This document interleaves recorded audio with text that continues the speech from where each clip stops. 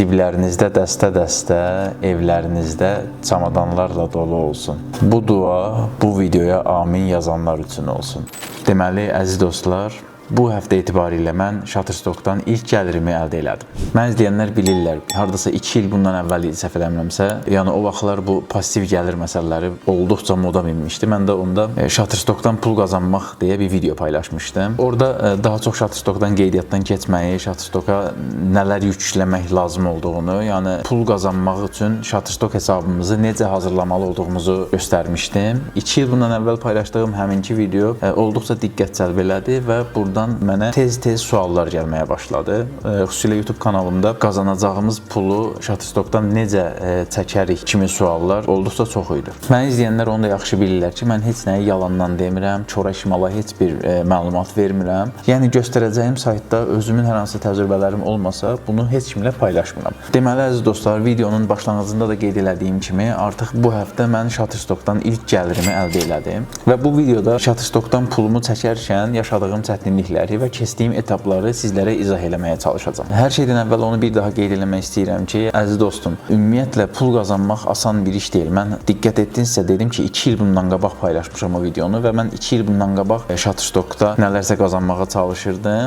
və 2 il sonra mən ilk gəlirimi əldə elədim. Shutterstocka nə yükləyərlər, necə yükləyərlər, hansı aralıqla yükləyərlər, yəni bu əvvəlki videomda var. O videonu buralarda bir yerlərə yerləşdirəcəm, girib oradan baxa bilərsən. Bu videoda sırf pul çəkmə mərhələsindən danışacağıq. Gəlin indi keçək kompüter ekranına və mən orada sizə hər şeyi yavaş-yavaş izah eləməyə başlayayım. Deməli, baxırsınız, Shutterstock səhifəmizdir. Bu Shutterstockun ana səhifəsidir və biz bütün əməliyyatları burada yerinə yetiririk. Görürsünüz, burada yazır ödənməmiş qazanc $2.08. Yəni bu mənim pulu çəkdikdən sonra qazandığım qazancdır. Ən aşağıda isə $64.89 görürsünüz. Bu mənim ümumi qazancımdır. Yəni bu $2 da daxil olmaqla ümumi qazancım burada görsənir. Deməli, mənim hal-hazırda şəkillərim 140 dəfə indirilibdir, yəni 140 dəfə satılıbdır. Burada qiymətləndirmə məsələsi biraz qarışıqdır. Açığı o qiymət məsələlərinə biz özümüz müdaxilə eləyə bilmirik. Shutterstockun qoyduğu qiymətlər nədirsə, şəkillərimiz də o qiymətdən satılır. Keçək indi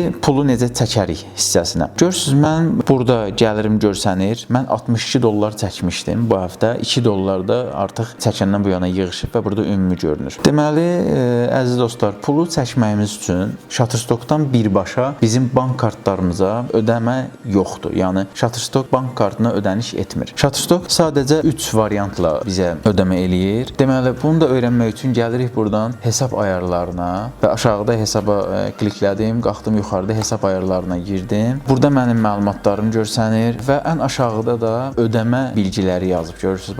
Bu hissə bizim pulu almağımıza kömək eləyən hissədir. Shutterstock bizə pulu 3 variantda verir. Buranı klikləsək açılan variantları görərik. Bir Payoneer hesabı ilə, PayPal hesabı ilə, bir də Skrill hesabı ilə. Bunları izah edeyim. Yəni bunlar əslində hər biri ayrı-ayrılıqda bir bankdır. Yəni Shutterstock bizə pulumuzu o banklar üzərindən göndərir. Mən ilk başda belə fikirləşmişdim ki, daha doğrusu əvvəlcədən hesabımı açdığım gündən Payoneer seçmişdim. Çünki nəyə görə? Payoneer hesabını mən özüm bir dəfə işlətmişəm. Yəni 2013-cü ildə, səhv eləmirəmsə, 2013-cü ildə mən ilk YouTube kanalımı ilk dəfə açanda, onda elə bir qruplar var idi ki, məsələn, video izləmə başına pul verirdilər və bu pulu da Payoneer hesabından verirdilər. Yəni Payoneer kartı vasitəsilə verirdilər. Onda şərtlər çox sadə idi. Məsələn, mən Payoneerdə qeydiyyatdan keçmişdim və heç bir şey tələb olmadan mənə Amerikadan Payoneer kartı göndərmişdilər. Mən evi vurdum bir-birinə, onu tapa bilmədim ki, sizə burada göstərim. Böyük ehtimal atmışam artıq onu. Çünki vaxtı da qurtarmışdı. Yəni sözüm ona gəlir ki, mən Payoneeri bir dəfə yoxlamışam və həqiqətən şübhəm qalmayıbdı.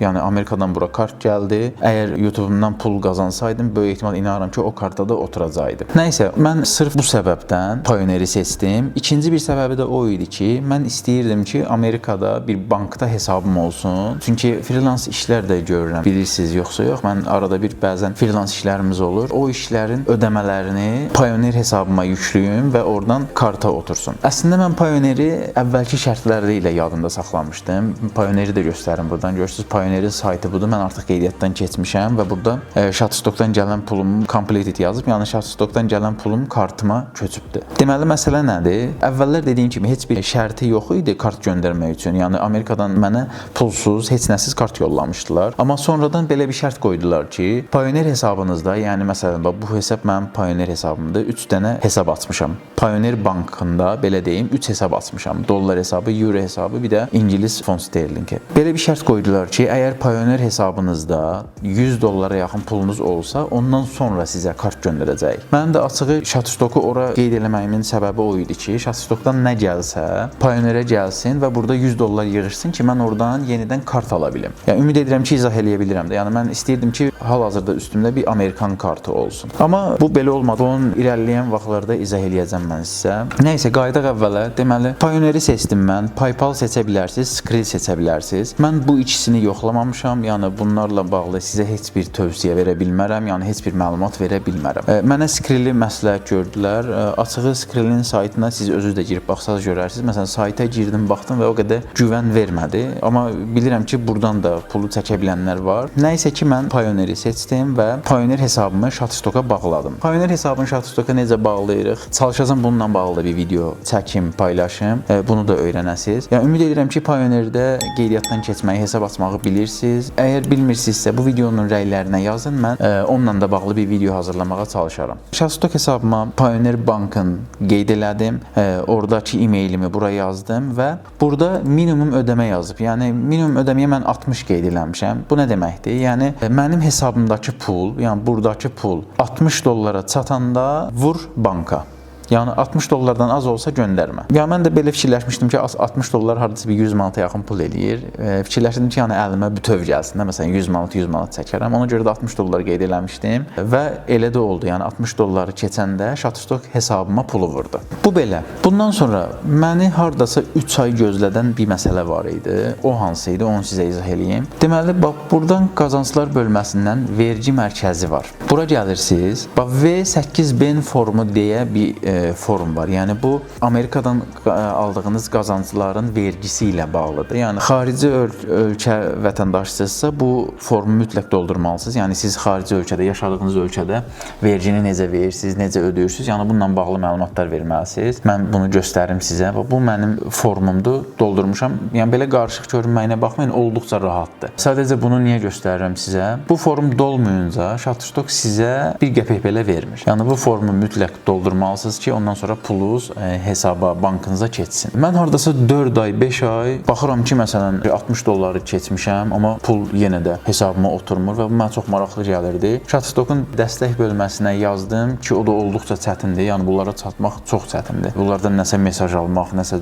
cavab almaq ümumiyyətlə çətindir. Bir ayda onu gözlədim, oradan cavab gözlədim. Nəysə gəldi və mənə dedilər ki, bu formu doldur. Mən də formu doldurdum və formu dolduran gündən 2 gün sonra pul bank hesabıma keçdi. Bank hesabımda Shutterstockdan gələn pul görsəndi, amma burada completed yox, gözləmədə yazırdı. Yəni hələ ki gözləmədədir. Pul Payoneerə daxil olandan sonra olduqca rahatladım. Çünki axır ki mən bir illik, yəni 2 il olar o videonu paylaşmışam, amma mən 1 il idi ki, hardasa 60 dolları keçmişdim. Pulumu ala bilmirdim. Yəni pul banka oturandan sonra bir çəkdim, bir rahat nəfəs aldım. Burada nə oldu? Dediyim kimi mən ilk başda fikirləşmişdim ki, pulum düşəcək bura hesaba və burada 100 dollar olacaq ki, mənə kart göndərsinlər. Sonra o gələn kartdan mən pulu çəkə biləcəm. Amma elə bir şey olmadı. İndi burada tapa bilsəm göstərəcəm sizə. Yəni bu açığı mənim də təcrübə eləmədiyim bir şey idi. Amma ki çox yaxşı oldu. Nə mənada? Payoneerdə sol tərəfdə menecer gələndə Bank Account for Withdrawal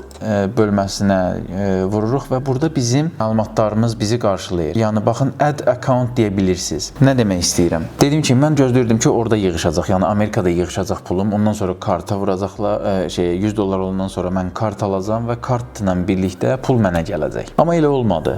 Bildiriş gəldi mənə. Dedilər ki, bank məlumatlarınızı qeyd eləyin. Mən də açığı çox da anlamadan ora bank hesabımı qeyd elədim. Bank hesabımı qeyd eləyəndən də bir gün sonra pul hesabıma oturdu və Çox rahat bir şəkildə getdim Beynəlxalq Banka, çünki mənim hesabım oradadır. Sağ olsunlar, orada həqiqətən çox operativ xidmət göstərirlər. Kart filan asdılar mənə, yəni ödəniş 1 saat içində kartıma oturdu.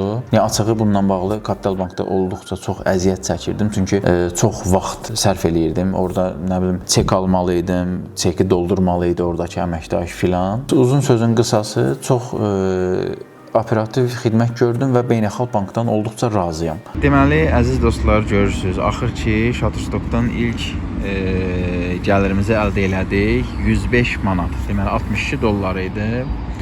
İndiki kursla çevirəndə 105-106 manat belə bir şey eləyir. 105 manat çəkmişik kartdan. Deməli, bu işə ən çox sevinəndə babadır. Babanın şüşə qaldıranların düymələri işləmirdi. Gedirik indi. Hal-hazırda maşın bazarının yanındayıq. Gedirik babaya şüşə qaldıran düymələri almağa. İnsan bir şeyin üstündə uzun bir müddət əlləşib nəticəsini görəndə həqiqətən çox sevinir. Yəni mən ona görə həm sevincimi sizinlə bölüşmək istəyirəm, həm də ki, təcrübələrimi bölüşmək istəyirəm. Çünki bilirəm həqiqətən çox adam var. Neçə nəfər olub ki, mənə bununla bağlı sual verib. O vaxt mənim özümün də məlumatım yox idi deyə cavablandıra bilməmişəm. Bu cür videoların davamının gəlməyini istəyirsənsə, mənə dəstək olmalısan. Yəni bu işləri görmək həqiqətən çətindir. Bəzi insanlar, şəxsən mənim başıma gəlib, elə adamlar olub ki, mənə deyiblər ki, gətir mənə pul ver, sənə kömək eləyim, pulu oradan çıxardaq. Və yaxud da oradakı pulun yarısını mənə verəsən, oradakı pulu çıxardacaq. Yəni mən sizlərdən heç nə istəmirəm. Sadəcə 3 xahişim var. Kanalıma abunə olun, videolarımı bəyənin və lazımlı insanlarla, dostlarınızla paylaşın. Hələlik növbəti videolarda görüşənədək.